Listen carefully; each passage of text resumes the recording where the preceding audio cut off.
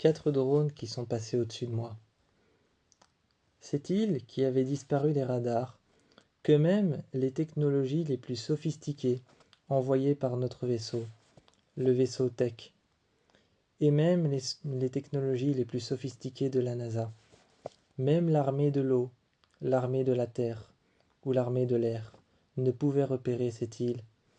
Dessus, tout seul, je n'arrivais pas à comprendre ce qui s'y passait. Mais c'était un cas classique, comme tous les autres. Je n'étais pas réellement seul sur cette île. Il y avait un bruit, une sorte de hurlement comme une baleine échouée. Et moi, j'étais là. Un jour, j'étais sûr de moi. J'avais vu passer des lumières rouges au-dessus de l'île, et ça ne pouvait être qu'une seule chose, des drones. Des drones qui étaient venus scruter l'île, ou alors qui avaient dû passer au-dessus, sans même s'en rendre compte. Alors j'ai appelé le vaisseau Tech. Et ils m'ont dit que c'était impossible. Depuis l'espace, aucun drone n'avait été envoyé, aucune navette. Depuis la NASA, sur mon PC, j'ai appelé alors le commandant. Aucun vaisseau n'avait été envoyé.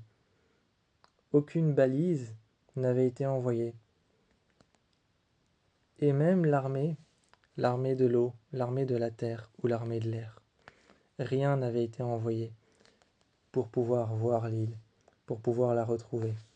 Et j'ai trouvé une énorme fissure. Là où du vent s'était enfermé tout seul. Il récupérait les matériaux, le fer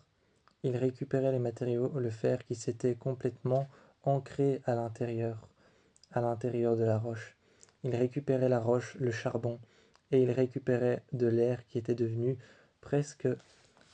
Cet air qui était devenu presque toxique, et qui tournait en cercle, et encore. Elle tournait encore, en faisant d'immenses cercles, et j'y passais ma main, et le métal et tous les matériaux qui avaient été enfermés à l'intérieur de ce vent qui tournait de manière circulaire formaient quelque chose de beaucoup plus piquant, ou plutôt, devrais-je dire, brûlant, qu'une piqûre de méduse. J'y mettais ma main, et le métal noir et les fibres de tissu qu'il y avait juste sur ma combinaison avaient été arrachées. Ma main n'avait rien, et pourtant, je savais que les gants noirs que je mettais sur mes mains et que je mettais au niveau de mes bras, qui protégeaient mes avant-bras, qui protégeaient mes épaules et qui protégeaient mon bras. Je savais que ma combinaison n'était pas si solide que ça. Et derrière, j'ai vu une forme primitive qui a commencé à vivre, qui a commencé à se protéger.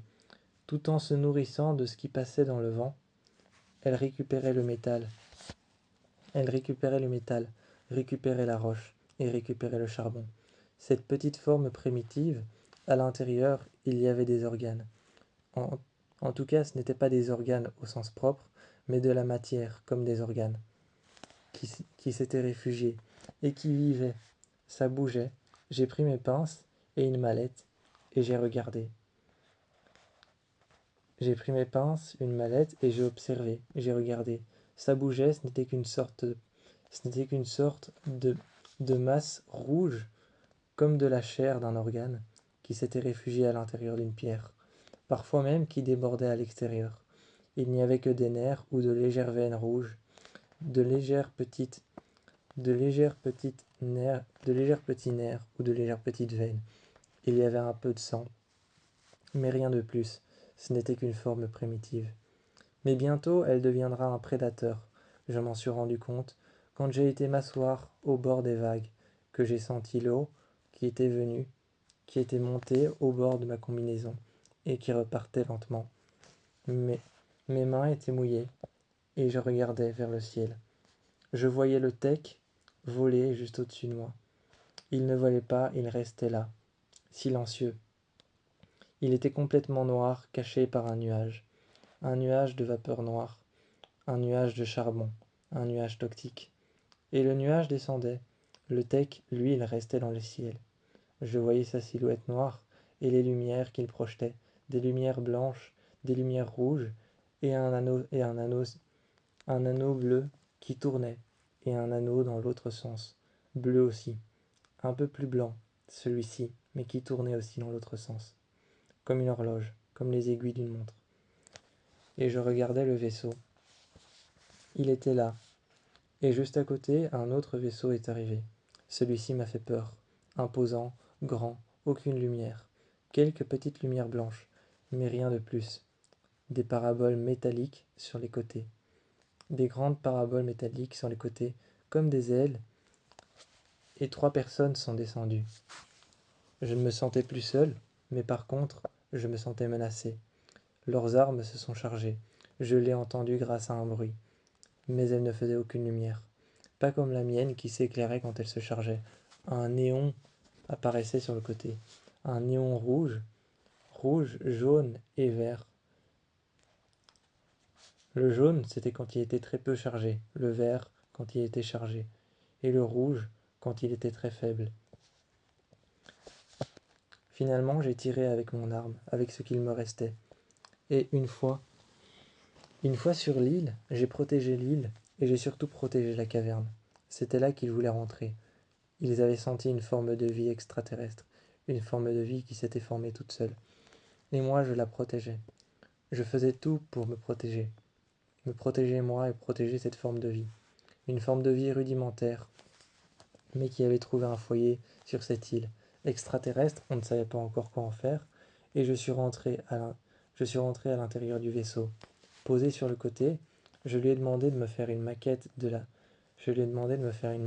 l'île, et je la faisais pivoter, et je regardais les alentours, où je pouvais m'abriter, où je pouvais déplacer le vaisseau. J'ai déplacé le vaisseau aux alentours, je lui ai demandé une carte satellite, une carte simple, et une carte géométrique. Une carte géographique, géométrique, et aussi une carte de géolocalisation. Une carte où je pouvais voir en surface, une carte de surface, et il me les a faites, l'une après les autres. Je les ai empilées, comme un tas de cartes l'une sur les autres, et je pouvais enfin avoir les données correctes. Et je faisais tourner cet hologramme de l'île, et je regardais. Même en dessous, j'avais les données et la géolocalisation de l'île en dessous, alors qu'il n'y avait aucune vie marine. Mais à un moment, un endroit s'est allumé. En vert. En vert, il s'est allumé, et j'ai cliqué dessus, et zoomé. Il y avait des sortes d'algues noires, avec des petits yeux et des petites dents, quelque chose de vivant, qui était en train de se créer sous l'île. Et c'est là que je me suis posé cette question qui sortait tout droit de la fiction. Est-ce que l'île serait elle-même vivante? Mais j'ai attendu seul, que les drones reviennent. J'ai parlé à la J'ai parlé à la commandante, à la directrice du vaisseau tech, en lui demandant si quelque chose avait été envoyé. Et elle m'a répondu non, pas que je sache. Et j'ai demandé à parler au directeur du tech et de l'autre vaisseau à côté d'eux. C'était un autre vaisseau, tech. Il s'appelait le Tech 3 et j'ai demandé à parler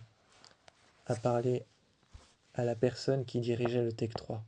Je suis passé par plusieurs intermédiaires, mais ils m'ont dit que aucun vaisseau n'avait été envoyé, aucun drone et aucune navette n'avait été envoyé, aucune balise n'avait été jetée et déposée sur Terre, ni n'avait atteint leur destination. Chaque fois qu'elle partait là-bas, une balise perdait sa destination, ou alors disparaissait dans l'océan. J'ai appelé la NASA pour voir si leur vaisseau avait signalé une forme de vie venant de l'espace qui s'était jetée sur l'île. Évidemment, je faisais référence aux drones, mais rien. Puis l'armée de l'air, puis l'armée de la terre. Et ensuite, l'armée de l'eau, mais rien. Pas d'obus, ou alors pas de missile à tête chercheuse, qui était venu pour s'accrocher juste à la terre qu'il y avait juste en dessous de l'île. Rien. J'étais seul, avec mon coéquipier. Et rien de tout ça n'était réellement arrivé. Quand il m'a dit de me calmer, que je lui ai rapporté toutes ces informations, il m'a dit de me calmer, de respirer et de retirer ma combinaison qui était en train de m'oppresser à l'intérieur. Et il m'a dit, calme-toi, explique-moi tout. Mais même si je lui expliquais, j'avais l'impression qu'il le filtrait et qu'il ne m'écoutait pas vraiment.